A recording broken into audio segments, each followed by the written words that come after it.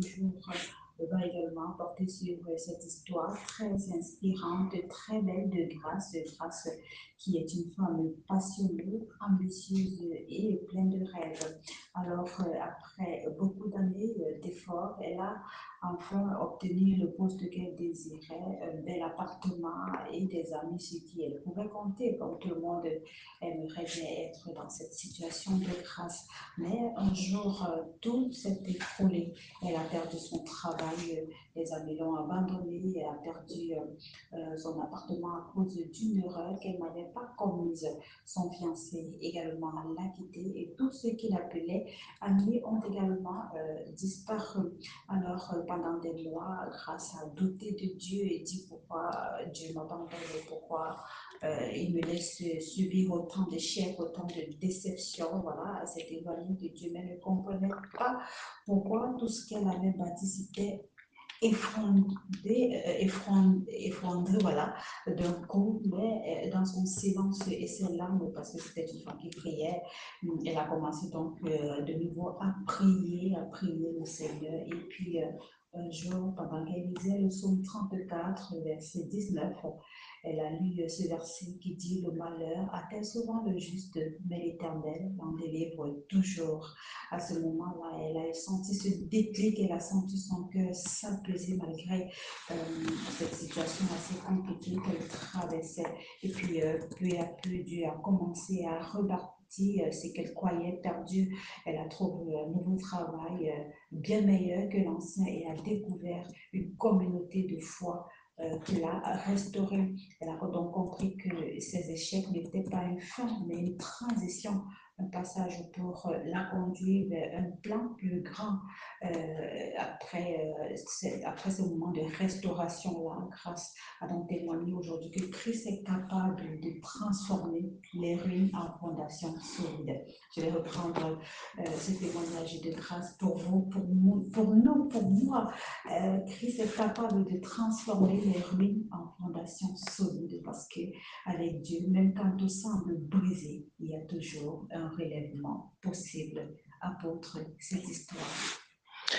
Histoire très, très, très touchante, très poignante, surtout qu'elle se termine très bien.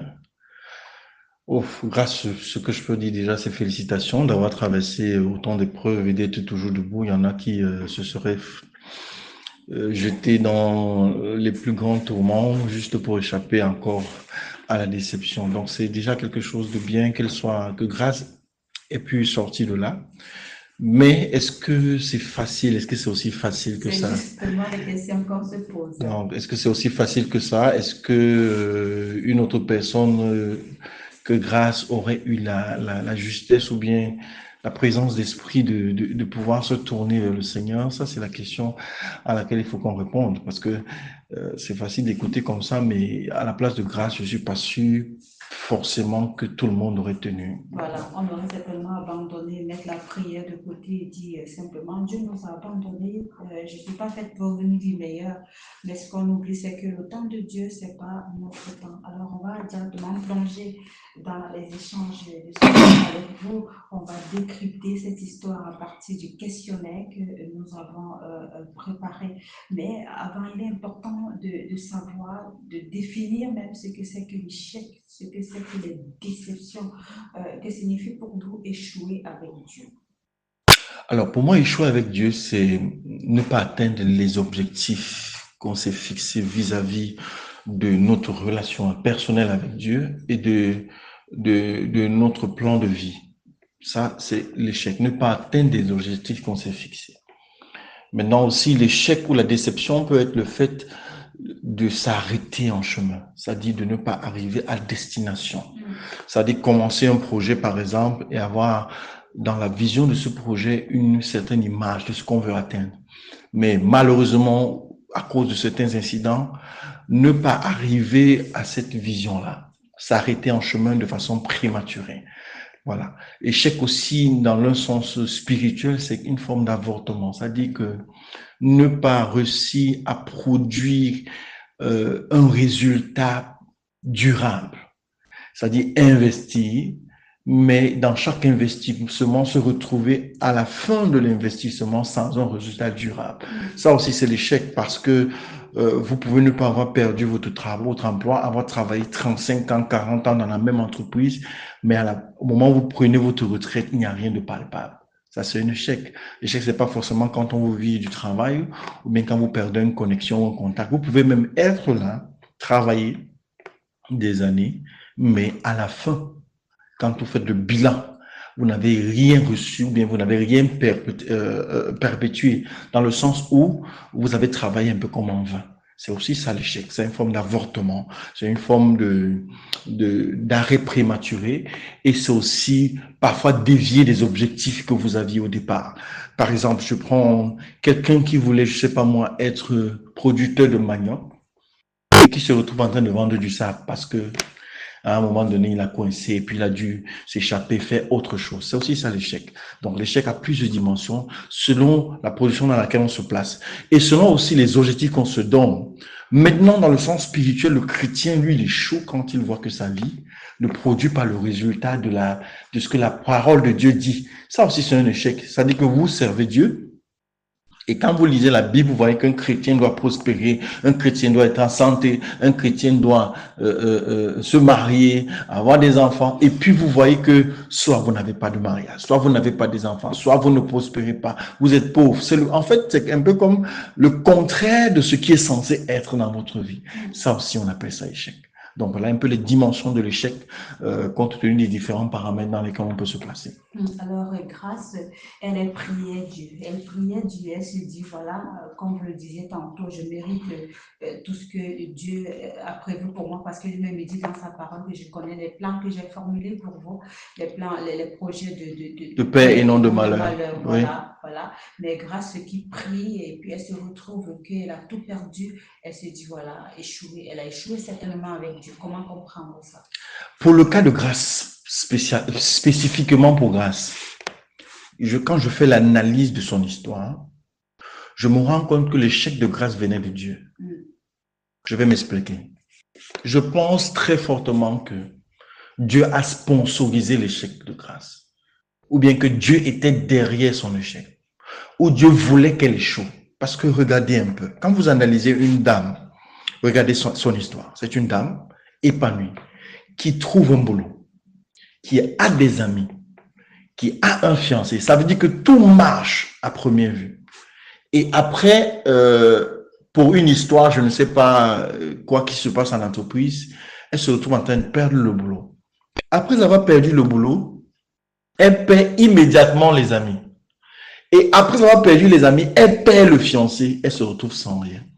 Moi, je pense que Dieu voulait que grâce expérimente un peu une différente façon de vivre. Parce que les amis qui vous laissent quand vous avez tout perdu n'étaient pas vos amis.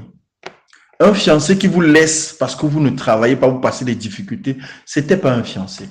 Donc, je me dis que Dieu a voulu que grâce voie clairement dans sa vie et se rende compte qu'elle était mal entourée. Parce que c'est pas tous les échecs qui sont forcément mauvais. Il y a des échecs que Dieu sponsorise pour que nous puissions clairement voir avec qui nous étions. Regardons le cas de Jésus-Christ de Nazareth. Très populaire parce qu'il faisait des miracles. Il faisait des choses extraordinaires. Et il avait des foules immenses. Le jour où on arrête Jésus, il se retrouve seul. Même Pierre qui avait juré qu'il allait vendre sa tête pour lui. L'a renié carrément. Ça, c'est un échec qui est sponsorisé par Dieu. Parce que en réalité, et heureusement, Jésus n'était pas surpris. En réalité, Jésus, au départ, était mal entouré parce que tous ceux qui étaient avec lui avaient un intérêt. Donc, à partir du moment où Jésus a cessé de produire ce qui attirait les gens, on l'a abandonné carrément. Vous voyez, c'est un peu ça que la vie de Jésus. Et c'est pour ça que quand Jésus prie avant sa mort, il dit, Seigneur, vraiment, si c'est possible, éloigne ces coups. Mais si c'est pas possible, hein, donne-moi la force. Parce que là où je suis là, je sais que je vais passer seul là-dedans. Et il a dit à ses disciples, vous allez m'abandonner. Mais vous, J'ai prié pour vous parce que vous avez quand même fait du chemin avec moi. Quand je vais revenir ressusciter, je vais vous envoyer pour que vous témoignez aux autres. Donc, il y a des échecs comme ça qui semblent être des échecs sur le plan de la planification de la vie. Vous pouvez voir, mais j'ai échoué, j'ai perdu mon boulot, mon fiancé m'a abandonné. Mais au contraire, ce sont des instruments thérapeutiques pour vous guérir et vous préparer à un futur meilleur. Parce que grâce là, ce fiancé qu'elle avait n'était pas un fiancé qui l'aimait véritablement. C'était quelqu'un qui était là parce que grâce avec une capacité à produire de l'argent. Et je peux vous le dire, personnellement, j'ai vécu un mariage comme ça, où on nous a convoqué, moi et la famille de la mariée, parce que tout ce que le mari, écoutez un peu pourquoi il se plaint. Il dit, j'ai donné le capital. Elle a échoué une fois, j'ai plié le doigt. J'ai donné le capital, elle a échoué 2 fois, j'ai plié le doigt. Mais finalement, elle sait à quoi? Non, je veux qu'on se sépare. Écoutez la raison pour laquelle quelqu'un veut se séparer de sa femme. Je vous parle d'une histoire vraie, où je suis allé en conseil de famille parce que je représente une figure paternelle pour la famille. Je suis allé en conseil et j'ai écouté ça. Il y a quelqu'un qui a levé le doigt. Écoutez, j'ai une question. Donc, il avait épousé ma soeur parce qu'elle connaissait tourner le business. Et il s'est repris, dit non, ce n'est pas ce que je voulais dire, mais en fait, il l'avait déjà dit. Donc, vous comprenez, il y a des échecs comme ça que Dieu envoie dans votre vie pour ouvrir vos yeux, pour que vous compreniez un peu avec quel genre de personne vous étiez. C'est ce qui est arrivé à Jésus-Christ. C'est ce qui est arrivé à Grâce. C'est-à-dire que pour tout le monde, vous avez échoué, mais pour Dieu, c'est une forme de thérapie pour vous guérir d'abord des mauvaises relations. Parce que si vous investissez avec des mauvaises personnes, à la fin, vous pouvez tout perdre en un claquement de doigts. Vous comprenez un peu? Heureusement que Jésus, lui, savait qu'il venait pour mourir. Donc, pour lui, ça ne le gênait pas de mourir seul. Et grâce par la douleur, elle a appris que vous pouvez sembler être en train de réussir alors que vous êtes en train d'échouer en réalité. C'est-à-dire que vous pouvez trouver des personnes autour de vous qui vous acclament tous les jours, qui vous disent « Oh, Madame Christine, vous êtes la plus intelligente. Vraiment, il n'y a personne qui est comme vous ici. » Et au moindre pépin, les personnes qui vous adulèrent commencent à vous poignarder. Pourquoi? Parce qu'ils n'ont plus l'intérêt que vous le produisiez à votre poste. Vous comprenez? Et là, c'est l'histoire de Grâce. Ça fait que Dieu lui-même peut souvent se placer derrière des échecs. Un peu comme Moïse, vous allez voir l'histoire de Moïse par exemple. Moïse est né d'une femme israélite, adopté d'une princesse égyptienne, grandi dans le luxe et le confort. Et un jour, il se retrouve dans une situation où son frère israélite, je ne sais même pas s'il savait déjà qu'il était israélite, est frappé par un maître égyptien. Et comme Moïse est né pour délivrer, en lui, il y a cette étoile de libérateur, il se retrouve frustré de ça et il se retrouve en train de tuer l'Égyptien. Malheureusement ou heureusement, c'est là où on parle de l'échec. Heureusement pour lui, on l'a vu. Et on a le dénoncé à Pharaon. Du coup, Pharaon comprend que, mais attends, ce gars que ma fille a amené a encore le cœur israélite, donc il peut me faire un coup d'état. Pharaon lance des soldats à sa poursuite. Et Moïse se retrouve en train de tout perdre. Il a perdu son statut de prince. Il est devenu fugitif, recherché, mort au vif. À première vue, ça c'est un échec en fait. Parce que pour celui qui va voir, Moïse n'est plus prince, il n'a plus les voitures, il n'a plus l'argent, il se retrouve en train de maintenant devenir employé d'un papa là-bas, quelque part loin, dans un village, et il est berger. Mais au contraire, pour Dieu, c'est un échec sponsorisé par Dieu pour amener Moïse à découvrir qui il est vraiment. Et à sortir de la prison dans laquelle il était. Parce qu'il n'était pas né pour être prince, il était né pour être prophète et pour être libérateur. Donc, pour Grâce, c'est un échec qu'on doit louer. Moi, j'acclame cet échec parce que ça fait mal au départ qu'elle se retrouve sans fiancé. Ça veut dire mariage annulé, sans travail, ça veut dire dans la souffrance, mais au moins là, ça lui a permis, malgré les difficultés, de se rendre compte qu'elle avait besoin de se rapprocher de Dieu. Et quand elle s'est rapprochée de Dieu, elle a découvert que sa vie n'était pas finie et elle a recommencé sur une base saine. C'est pour ça que même lorsque vous avez échoué, il faut savoir recommencer sur une base saine. Et c'est ça que Grâce a réussi à faire. Bien sûr, c'était pas facile, mais quand elle recommence sur une base saine, vous voyez que tout cela revient. Et elle est meilleure que ce qu'elle avait avant. Apôtre, moi je vois peut-être un autre angle qui vous aurait peut-être échappé, ou alors vous l'avez dit dans vos propos. Peut-être que dans son luxe, dans sa vie assez aisée, elle avait déjà peut-être mis Dieu de côté, et puis Dieu aurait tout enlevé, serait derrière cet échec-là pour lui permettre de se rapprocher de lui davantage. C'est justement ça que j'appelle recommencer sur une base saine, parce que en réalité, si vous êtes entouré tous les jours de personnes qui vous adulent, qui vous disent que vous êtes le pape du monde et le Dieu du tout, vous aurez besoin de Dieu pour quoi? La tendance normale ou bien la tendance humaine voudrait que vous soyez entouré et que vous soyez content d'être avec les gens, et le spirituel va commencer à en prendre un coup. Vous voyez, l'histoire de Job nous parle de ça en fait. Job a été béni par Dieu sans connaître qui est Dieu. Donc quand Satan vient proposer à Dieu, si vous lisez le livre, Satan vient proposer le premier chapitre, mais j'ai dit, pourquoi tu bénis le type si tu es à côté, c'était, laisse-moi le tuer, laisse-moi tuer. Dieu dit que non, ne le tue pas. Tue ce que tu veux, mais ne le touche pas. Quand Satan vient faire tout ça, Job dit que, de toutes les façons, c'est Dieu qui a donné et Dieu va le prendre. Satan dit que c'est parce que tu ne l'as pas rendu malade, laisse-moi le toucher. Il dit, bon, touche-le maintenant, mais ne le tue pas. Et quand Job a été touché dans sa chair, quand vous lisez le livre de Job, il entre en procès avec Dieu. Ouais. Et tout le temps, il dit à Dieu, dis-moi où je t'ai fait du mal pour que tu me fasses ce que tu me fais là. Dis-moi où je t'ai fait du mal pour que tu me fasses. Donc, il fallait qu'il passe par là pour découvrir qui est véritablement Dieu. Et à la fin, quand Dieu lui apparaît, il dit que bon, et regardez la question que Dieu pose à Job. Il dit, toi qui me poses les questions là, tu étais où quand je fondais la terre? Job dit que, vraiment, excuse-moi, j'entendais seulement parler de toi. Aujourd'hui, mes yeux t'ont vu. Et je reconnais que tu peux tout et que rien n'était impossible. Il a passé le test. Ça veut dire que par ses souffrances, il s'est rapproché de Dieu. Et il a découvert qui était Dieu. Là, maintenant, il ne servait plus Dieu parce qu'on lui avait dit. Maintenant, il servait Dieu parce qu'il avait vu. Et c'est ça souvent, comme vous l'avez dit, c'est ça souvent qui nous amène même parfois dans les échecs. Sponsorisés par Dieu, entre guillemets, parce que tous les échecs ne sont pas sponsorisés par Dieu. C'est lorsque nous sommes tellement confortables dans notre luxe que nous oublions même qui est la source de la bénédiction. Et parfois, les problèmes viennent maintenant pour nous ramener vers véritablement la source de la bénédiction. Parce qu'une fois que vos amis vous laissent, le mariage vous laisse, tout vous laisse, le temps qu'il vous reste à faire, c'est de pleurer, de souffrir et d'aller maintenant poser les questions qui touchent que, bon, maintenant, pourquoi tu me fais ça? Exactement comme Job.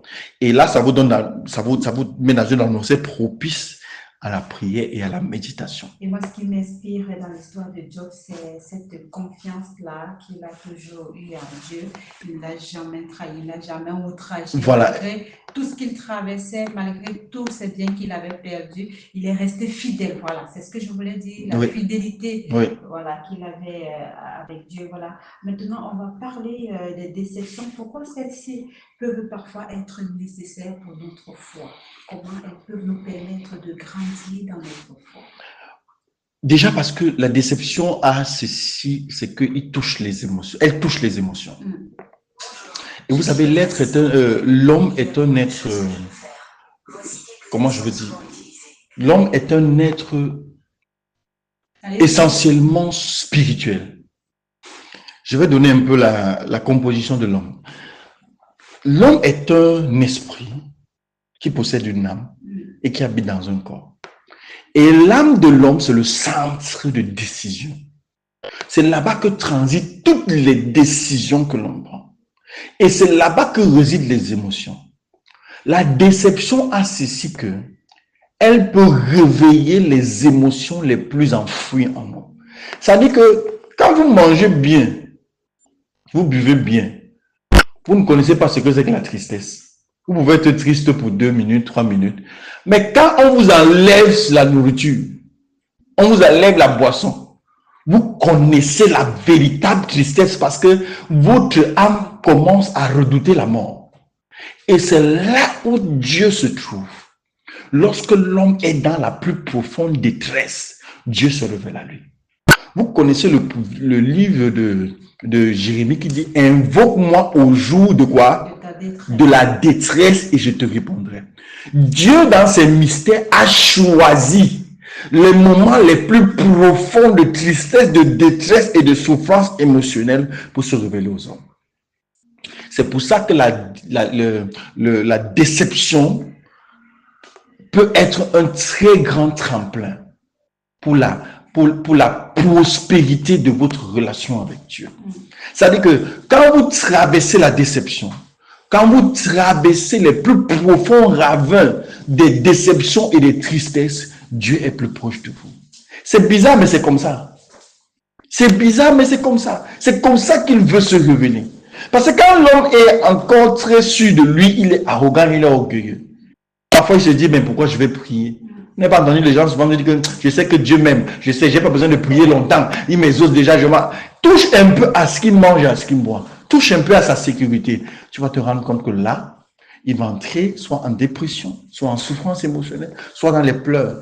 Et bizarrement, mais c'est biblique, les moments où Dieu se révèle le plus à l'homme, c'est quand il est dans la détresse. Merci beaucoup, apôtre, pour cette leçon, ces précieux éclaircissements par rapport à la déception, par rapport à échouer avec Dieu. Mais comment reconnaître donc que Dieu peut utiliser une chute pour nous relever? Parce que vous disiez tout à l'heure qu'il y a des échecs qui viennent de Dieu sponsorisé. Voilà, je vais pas utiliser votre terme. Mais comment le reconnaître pour une personne qui a une certaine relation particulière avec Dieu, qui est fidèle à Dieu? Comment reconnaître que cet échec est sponsorisé par Dieu? Alors, comment le reconnaître? C'est facile. Vous voyez par exemple le cas de notre auditrice qui a envoyé son témoignage. Grâce. Au départ, elle était traumatisée, découragée. Mais à un moment donné, quelque chose lui a parlé. Vous comprenez? Et c'est cette voix-là qui fait la différence. Lorsque Dieu est derrière une déception que vous traversez, je suppose, je prends un exemple, comme Grâce qui voulait se marier, qui avait un fiancé qui attendait juste de construire son futur, et que subitement le monsieur la laisse. Automatiquement, il y a la phase de pleurs, de souffrance, de renfermement. Mais il y a cette voix qu'on appelle la voix du Saint-Esprit. Et cette voix, elle peut ne pas être brute, elle peut ne pas être forte, mais elle est puissante. Lorsque dans un échec, Dieu vous fait comprendre qu'il est derrière, il commence à vous parler le jour où vous lui posez la question, pourquoi est-ce que j'ai échoué? Je répète, si vous avez par exemple un projet et que vous échouez, c'est-à-dire que déjà vous perdez tout, et puis vous commencez à pleurer, vous morfondre, là Dieu ne peut pas, Dieu ne va rien dire. Mais le jour où vous commencez à dire, Seigneur, pourquoi? Là, il est obligé de vous répondre. Et si la voix de Dieu commence à répondre à votre question, pourquoi? Et comment savoir que c'est la voix de Dieu? La voix de Dieu, elle ne se cache pas. Si Dieu vous parle, vous saurez que Dieu vous a parlé. Parce que sa voix est unique. Dans le livre de Jean 10, à partir du verset 10, il dit ceci. Le voleur vient pour détruire, égorger. Mais moi, je suis venu afin que mes brebis aient la vie et qu'elles soient dans l'abondance. Il dit ensuite, mes brebis entendent ma voix, elles la reconnaissent. Et voilà la différence avec la voix de Dieu. Quand Dieu commence à vous parler, que ce soit en songe, vision ou dans votre cœur, parce que Dieu parle de plusieurs façons, vous reconnaissez que c'est Dieu qui vous parle. Vous le reconnaissez automatiquement parce que votre esprit est programmé pour reconnaître la voix unique de Dieu. C'est-à-dire que vous pouvez avoir plusieurs voix qui vous parlent à l'instant. Ça dit genre, vraiment, fais même l'entreprise, au vent, tout ça et tout. Et une voix vient vous dire, stop. Parmi toutes les voix qui vous parlent, la voix stop là, quelque chose vous dit que ça, c'est Dieu qui me parle. Et si vous êtes suffisamment discipliné, c'est à ce moment que vous allez commencer à poser la question, Seigneur, tu me dis stop, qu'est-ce que tu veux que je fasse ensuite? Elle peut ne pas venir à l'instant, peut-être 2 jours après. Va recommencer. Tout simplement. Pas besoin de longs discours. Et vous sentez que Dieu veut. Bon, je recommande maintenant, qu'est-ce que je fais? Peut-être je prends un exemple. Quelques jours après ou bien quelques minutes après, commence par vendre les poules. Bon, si je commence à vendre les poules et après à vendre les poules, quand tu vas vendre les poules, Après, va vendre les habits. Ce n'est pas extraordinaire. Elle peut être douce, elle peut être petite, elle peut être très infime, mais elle a l'autorité de Dieu. Donc, quand vous êtes traversez une déception ou une souffrance, au lieu de courir rapidement aller chercher le soutien, prenez souvent le temps de vous asseoir et de méditer. Et quand vous méditez, posez la question à Dieu. Je vous assure, ça ne rate jamais. Si vous êtes disposé à ce que Dieu vous conduise, ça ne rate pas. La voix de Dieu viendra vous dire exactement où vous avez échoué et pourquoi vous avez échoué. Sur la base de ce verset que mes bébés entendent ma voix et elles me suivent. C'est clair. Si Dieu vous parle, si Dieu venant dire à monsieur Jean Kilo, là où il est là, il dit, stop, lève-toi, va boire de l'eau. Ce ne sera pas comme moi qui lui ai dit, va boire de l'eau. Il saura en lui-même qu'à l'instant, Dieu lui vient de lui donner une instruction. Il le saura. Parce que c'est comme ça que nous avons été conçus. Nous avons été conçus pour dépendre de Dieu. Donc même dans les plus grandes erreurs, lorsque Dieu vient nous parler, notre esprit est disposé, est fabriqué ou bien façonné de façon à reconnaître sa voix. D'accord, merci beaucoup. On sait que vous à la maison, chers auditeurs, vous prenez de la graine dans tout ce qui est dit. Face aux échecs, il faut savoir s'arrêter et poser la question à Dieu. Il faut être fidèle et lorsque Dieu vous parlera, parmi beaucoup de voix, vous reconnaîtrez celle de Dieu. Voilà, merci beaucoup, apôtre. À 18h passées de 53 minutes, avec la permission de Jean Baccio, on va marquer une pause musicale, mais cette fois-ci, on va écouter Dena Mana dans le titre Tu règnes. Le Seigneur règne au milieu de nous, il règne en tout temps et à tout moment. Vous êtes toujours à l'écoute de votre programme à l'épreuve de la France 94.0 FM radio. Au classement où nous parlons des échecs, des déceptions et surtout du relèvement en Christ. Ceux qui font face aux déceptions, aux échecs, vous pouvez également vous inspirer de Michée 7, verset 8 qui dit: ne te réjouis pas à mon sujet, mon ennemi. Si je suis tombé, je me relèverai. Si je suis assise dans les ténèbres, l'Éternel sera ma lumière. N'oubliez pas, même dans la honte, dans la perte, le Seigneur est toujours avec vous. Nous avançons maintenant, les auditeurs, la dernière ligne droite de ce programme. Nous entrons dans la phase concrète, dans la phase des promesses, des aspects bibliques par rapport aux échecs, par rapport aux déceptions, mais surtout par rapport au relèvement en Christ. Alors, apôtre, comment vous pouvez aider un chrétien, lever après un échec, après une déception? Là, on parle des aspects bibliques sur lesquels le chrétien peut s'appuyer pour surmonter ses échecs et ses déceptions. Alors, la première chose qu'il faut dire, la question est excellente parce qu'elle touche un aspect qui concerne tout le monde. Parce qu'un homme, je ne pense pas qu'un homme puisse passer une vie ou une femme passer sa vie sur la terre sans expérimenter au moins un échec. La première des choses qu'il faut dire, c'est que vous l'avez dit déjà en ouverture d'émission. Au Proverbe 26, verset 16 est clair. Vous pouvez tomber, mais se relever, c'est automatique. C'est-à-dire que déjà, il faut avoir une mentalité préparée à ce que vous pouvez tomber. Mais aussi savoir que chaque fois que vous vous êtes tombé, c'est un péché de ne pas se lever. Comment ça? Le péché, c'est pas de tomber. C'est possible de tomber. C'est possible de tomber. Ça arrive même souvent de tomber. Mais puisque Dieu lui-même, déjà, lui s'appelle le Dieu qui relève ceux qui tombent. Psaume 145, verset 14. Il dit que je suis celui qui relève ceux qui tombent. Donc, vous allez rester à terre pourquoi? Comprenez? Donc, c'est quelque chose, il faut déjà le cimenter dans votre esprit. Parce qu'il y a des gens qui ont, malheureusement, qui ont besoin qui ont un esprit dépressif. Et la dépression, c'est une maladie d'abord spirituelle qui est très, très dangereuse. La dépression, c'est quoi? C'est que une fois que vous avez chuté, au lieu de vous relever, vous avez tendance à vous enfoncer. Mais pour le chrétien ou pour celui qui veut sortir de la dépression, sachez déjà que tomber n'est pas forcément un péché, même si ça peut être le résultat d'un péché.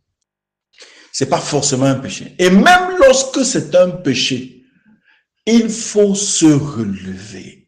Il faut avoir la mentalité de celui qui se relève. Il faut savoir déjà que même si je chute 10 fois, je dois me relever 10 fois. Il n'y aura jamais un jour où Dieu va m'abandonner parce que je suis tombé. Le roi David, par exemple, c'est un exemple. Hein? Bad example, en anglais, on va le dire. C'est un exemple qui est mauvais. Mais il y a une chose qu'il faut reconnaître en David. C'est que même lorsqu'il avait commis les pires atrocités, il a essayé de se relever. D'ailleurs, il y a un psaume pour ça, le psaume 51, je crois. David a fait la pire des choses qu'un serviteur de Dieu puisse faire. Déjà, il a volé la femme d'autrui, il a mis enceinte et il a comploté son assassinat. Non seulement il a assassiné, et il a épousé la femme d'autrui dans le deuil de celui-ci. What? David a tapé, il a brisé la barrière. C'est-à-dire, il est allé au-delà de ce qu'on puisse faire comme mal. Mais une fois que sa sentence est sortie, c'est-à-dire, un prophète lui dit que bon, ok, sache que donc à cause de ce que tu as fait là, le sang va couler dans ta maison, tu vas ainsi de suite. La première chose que David a fait, il a programmé un jeûne pour que Dieu lui pardonne. What? C'est-à-dire que tu as tué quelqu'un, tu as pris sa femme, et tu es condamné. Au lieu de rester à terre, dire que ok, finis-moi une fois, je mérite la mort. Il a dit que jamais, je vais me relever. Seigneur, pardonne-moi, aie pitié de moi. Il a que le psaume 51 pour ça. Donc, si David le meurtrier, malgré la sentence qui était sur sa tête, a essayé de se relever, vous n'avez aucune raison de rester à terre. Donc, forgez votre mentalité à toujours vous relever. Quel que soit le niveau de déception dans lequel vous êtes entré, même si votre mari vous abandonne, même si votre fiancé, comme grâce à eux, même si vos amis vous laissent tomber, même si votre patron vous met à la porte, même si tout le monde est contre vous, même si on fait un coup et que ça réussit, même si on vous arrache votre maison, dites-vous que je ne vais pas rester à terre. Ça, quand vous faites déjà ça, 80% du travail est fait. Parce que le reste, c'est Dieu qui le fait. À partir du moment où vous programmez comme ça, dit je serai comme un boomerang. Chaque fois que je vais toucher le sol, je vais me relever. Je ne vais jamais rester à terre. Je ne donnerai jamais le plaisir à mes ennemis de me voir coucher pleurer. Je peux pleurer pour un instant, mais je vais me relever. Forgez ce mindset en vous. Je vous assure, rien ne pourra vous stopper. Parce que Dieu lui-même dit qu'il est le Dieu qui relève ceux qui sont tombés. Et Dieu a eu pitié de David, s'il vous plaît. What? Tu as eu pitié d'un meurtrier, voleur de femmes, arracheur de femmes. Et pour couronner le tout, l'héritier de David est sorti de cette femme-là. What? Qu'est-ce que vous êtes en train de me dire? Ça veut dire qu'il n'y a rien qui puisse dépasser Dieu en ce qui concerne la restauration de votre vie. Si Dieu a restauré David malgré son péché immense, à combien plus forte raison vous restaurera-t-il? Donc, forger ce mindset, on appelle ça le mindset de gagnant. Vous connaissez le verset de la Bible qui dit qu'en Christ, nous sommes plus que vainqueurs. Quand vous avez ce mindset de gagnant, je vous assure, même si vous êtes abandonné par vos amis, quand ils attendront de vous voir en train de pleurer, de commander, ils vous verront sortir le matin, même si vous n'avez pas un boulot, sortir pour aller chercher le travail en disant Dieu va me donner le meilleur. Vous verrez que vous n'allez jamais chuter, vous n'allez jamais vous retrouver à la merci de l'ennemi. C'est ça le mindset. C'est le mindset qui fait la différence dans cette histoire. Dans l'histoire d'échec et de déception, c'est le mindset.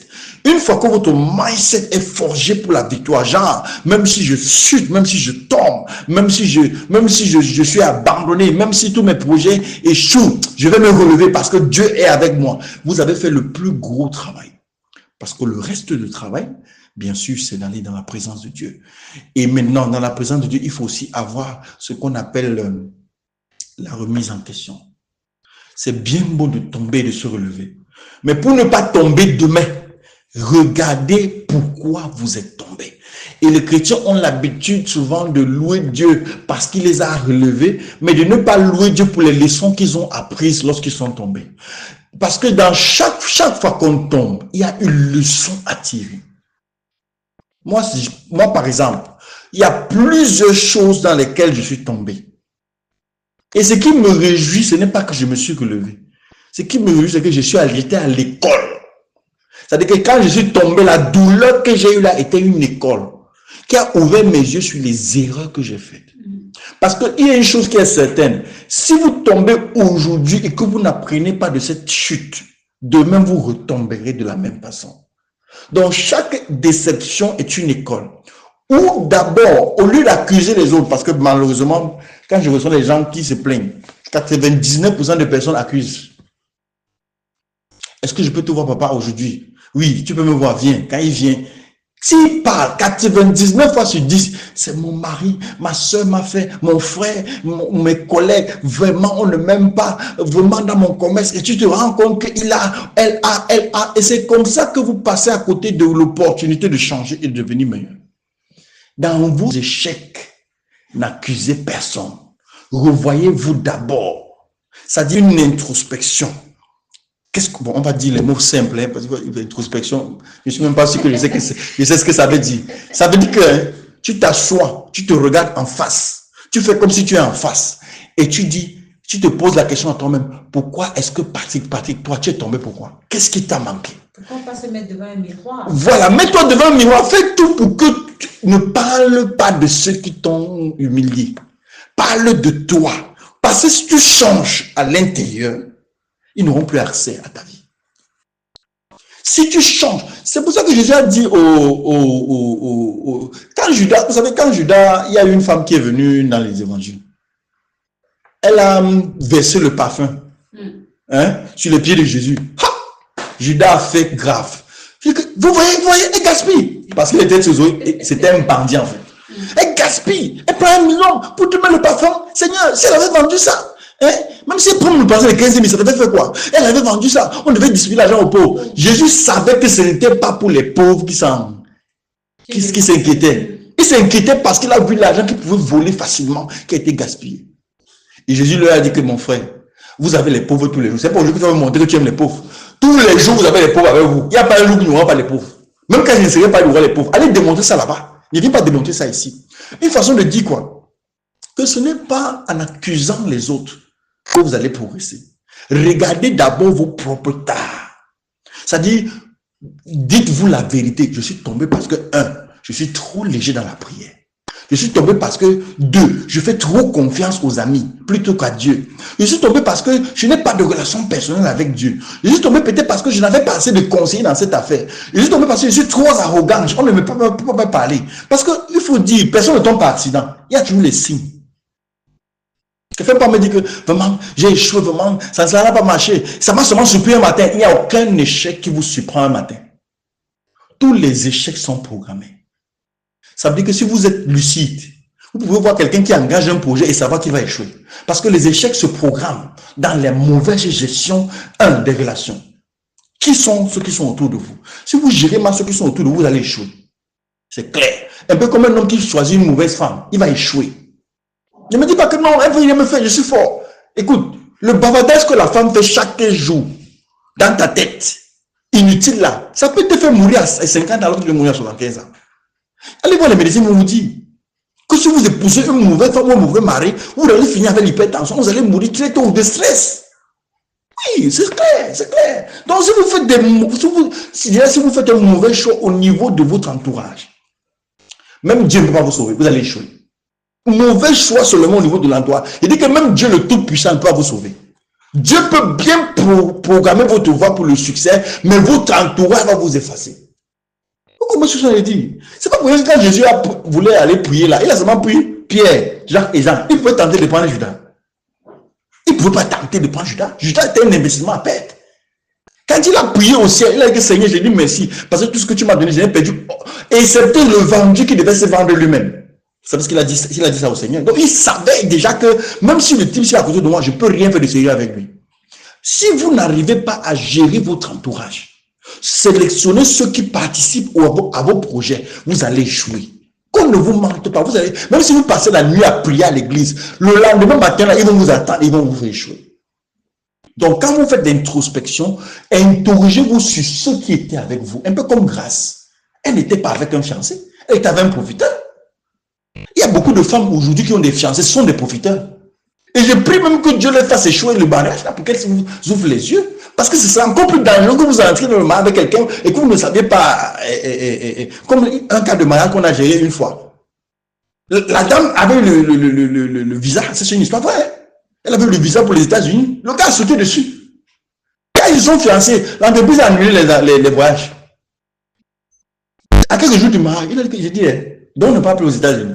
Elle dit, oui, mais c'est pas grave, chérie. C'est pas grave, c'est pour ça qu'il a été épousé. Il a sorti sa cache. À quelques jours du mariage, il a sorti sa cache. Il a pu se cacher. Tellement il était frustré. Mais ça aussi, c'est un échec pour un bien. Parce que quand il est venu que pasteur, on est que acclame le Seigneur, oh, acclame le Seigneur, annulons le mariage, tu es délivré. Donc il y a cette gestion de l'entourage. Il y a la gestion de votre relation avec Dieu. Si vous engagez un projet et que votre relation avec Dieu est fragile, vous allez échouer. Parce que qui va vous diriger? Dieu est la seule personne qui peut vous faire voir la lumière dans le noir. La seule personne. Il n'y a pas une autre personne. Ça veut dire que vous pouvez être vouloir en train de signer Madame Mokoti. Vous pouvez être en train de vouloir signer un contrat de 10 millions pour un partenaire. Tout a déjà été étudié. Et quand vous prenez le but, une fois dit ne signe pas. La seule voie capable de vous sauver en des situations où on a déjà tout préparé pour votre échec, c'est la voie de Dieu. C'est-à-dire, une voie dit ne signe pas. J'ai un ami qui est dans les assurances. Il y a quelqu'un qui a monté un coup. Déclaré que son père et sa mère sont morts. Il a allé cacher son père et sa mère au village. Faire les faux papiers pour escroquer à l'assurance plus de 50 millions. Il y a une histoire vraie dans cette République du Cameroun. Là, le dossier est monté, allé partout dans tous les services. Il est arrivé sur la table de la directrice de ce département. Et heureusement, pour la directrice était une fervente croyante. Elle a repoussé le dossier dans un mois. Le monsieur est venu faire le scandale à l'assurance. Il est venu avec la police. Elle a dit que je vais signer, je suis trop occupé. Le jour où elle a voulu signer, à quelques centimètres de la feuille, une voix lui a dit ne signe pas. Envoie une commission d'enquête dans tel village et demandez là-bas si on peut trouver la souche de l'acte de décès de ce monsieur. Elle a stoppé je vous dis une histoire vraie, je vous assure ce que Dieu peut faire. Parce que son travail était menacé. Si l'entreprise perdait les millions, elle perdait son boulot. On a envoyé une commission d'enquête et on a retracé, on a vu qu'il n'y avait pas de souche dans certains documents. Et on a convoqué le monsieur, on s'est rendu compte que c'était un faux. Donc Dieu est la seule personne qui puisse dans toute situation vous dire la vérité. D'accord, on va continuer avec cette fois-ci les clés spirituelles pour se relever. J'entends par là la prière, le pardon. Quels sont déjà ces petits conseils que vous pouvez donner à toutes ces personnes qui ont échoué, qui font face à la déception, la prière, comment la faire, le pardon, comment s'y prendre? Vous avez déjà parlé de la prière, c'est une très bonne chose. La prière c'est le meilleur médicament. Mais avant, Madame Christine, je voulais dire quelque chose. Vous savez, généralement, les gens qui échouent ne se pardonnent pas à eux-mêmes. Pardonnez-vous à vous-même. Pardonnez-vous à vous-même. Parce que parfois, Dieu vous a même déjà pardonné, mais vous ne vous êtes pas pardonné. La culpabilité. C'est-à-dire, ouais, Seigneur, je me sens coupable. Comment j'ai pu faire ça? Regardez, ça ne sert à rien de vous culpabiliser. Si vous avez déjà ouvert votre cœur à Dieu, vous avez reconnu vos fautes, vous devez aussi vous pardonner. Parce que les gens, ils ne se pardonnent pas à eux-mêmes. Hein? Et c'est ça le blocage. Quand vous ne vous pardonnez pas vous-même, vous vous renfermez dans un cocon où vous ne vous sentez plus capable de continuer. Pardonnez-vous à vous-même. Ensuite, maintenant, activez votre relation avec Dieu. Ce que vous ne faisiez plus, faites-le. Et quand vous commencez à faire ce que vous ne faisiez plus, votre compréhension de l'Esprit de Dieu va commencer à grandir. Et vous saurez immédiatement là où vous avez péché, là où vous avez fauté. Et je reviens, faites une introspection. Et là, on ne se presse pas. Quand vous avez échoué, vous avez échoué. Non, tout le monde sait que vous avez échoué. Il y a encore quelle honte? Si on sait par exemple que vous avez échoué l'examen du bac, vous n'allez plus marcher en vous parce que vous avez échoué le bac. Tout le monde sait que vous avez échoué le bac, donc ce n'est pas une nouvelle. Maintenant, faites une introspection et c'est très important. Beaucoup de personnes sautent cette partie, mais c'est important de noter tout ce que vous reconnaissez avoir mal fait. Et quand vous notez ça, priez avec ça. Parce que parfois, il y a des gens qui ont des faiblesses. Il y a des gens qui c'est leur faiblesse qui les fait tomber. Comme David, c'était sa faiblesse. David avait une une tendance faible vis-à-vis des femmes. Et c'est ça qui l'a fait échouer. C'est ça qui a fait échouer. Parce que, vous avez un exemple, il a voulu tuer quelqu'un. La femme du monsieur s'est interposée. Au lieu de voir comment il devait se le conscient, le monsieur a guetté la femme. Dès que le monsieur est mort, il n'a pas attendu, il a envoyé aller prendre la femme là, je vais l'épouser. Donc c'était déjà le signe que David a un problème avec la gestion des femmes. Et le péché qui l'a amené à tomber là, c'est parce qu'il avait l'habitude d'aller dans ses appartements à haut pour se mettre en face de la rivière pour voir les femmes se laver.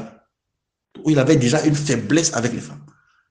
C'est parce qu'il avait l'habitude de regarder les femmes se laver. Donc, il était tellement omnibulé par cette passion pour les femmes que le jour où les rois allaient faire la guerre, lui, il a profité d'aller dans la salle des bains des femmes. Vous voyez, c'était déjà tellement énorme et que ça l'a renversé. C'est comme ça, donc, il faut aussi savoir identifier vos faiblesses. Et même lorsque vous priez, priez que Dieu guérisse vos faiblesses. Parce que c'est votre faiblesse qui vous guette pour la prochaine fois.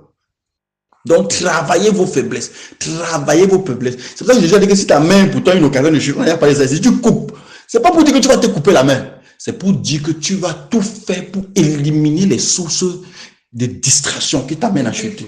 Voilà. Allez, on s'achemine vers la fin de ce programme. Dans 4 petites minutes, on sera parti. Vous, personnellement, qu'est-ce que vous pouvez donner comme mot d'encouragement à quelqu'un qui a tout perdu, à quelqu'un qui a échoué? Comment se relever en Christ? Je voudrais vous dire simplement que Dieu est capable de vous donner au-delà de ce que vous aviez avant. Si Dieu l'a fait dans la vie de Job, il a donné à Job 7 fois ce qu'il avait avant. Il peut le faire pour vous. Ce n'est pas fini. Même si vous avez perdu votre entreprise, Dieu peut vous donner cette entreprise. Il suffit juste d'appliquer les conseils qu'on vous a donnés aujourd'hui, de vous rapprocher de lui et marcher scrupuleusement selon les conseils. Peut-être essayer d'écouter la rediffusion s'il y en a une. Vous allez voir que Dieu est capable. Donc ne vous découragez pas, ne vous suicidez pas, ne vous dites pas que vous êtes un échec. Tout échec est un tremplin pour le succès. Merci beaucoup, apôtre. Et on comprend qu'il y a des échecs qui viennent de Dieu. Il faut juste après savoir se relever également. Il faut savoir se pardonner. Ça c'est ce que je retiens ce soir. Il faut avoir confiance en Dieu. Il faut prier. Et comme vous l'avez dit, pour chuter, parfois les échecs sont des tremplins pour un passage meilleur, pour un plan plus grand que Dieu a prévu pour nous. Alors, on va prier pour toutes ces personnes qui ont échoué, qui ont connu des échecs, des déceptions et qui ont parfois même perdu confiance. Comment elles peuvent se relever en Christ? Père, nous te disons merci pour cette magnifique émission. Merci pour ce que tu nous enseignes. Je prie spécialement pour ceux qui sont dans les tourments à cause des échecs. Père, ouvre une porte. Père, envoie ta lumière. Père, sors-le de là. Je prie aussi que tu leur donnes la grâce de se pardonner à eux-mêmes. Et surtout que tu nous ouvres les yeux sur notre entourage, sur nos faiblesses. Et que tu renforces notre désir de prier et d'être dans ta présence. Père, nous prions que cette émission impacte les vies positivement, qu'elle change l'histoire de ceux qui sont malheureux et qu'elle guérisse les cœurs brisés.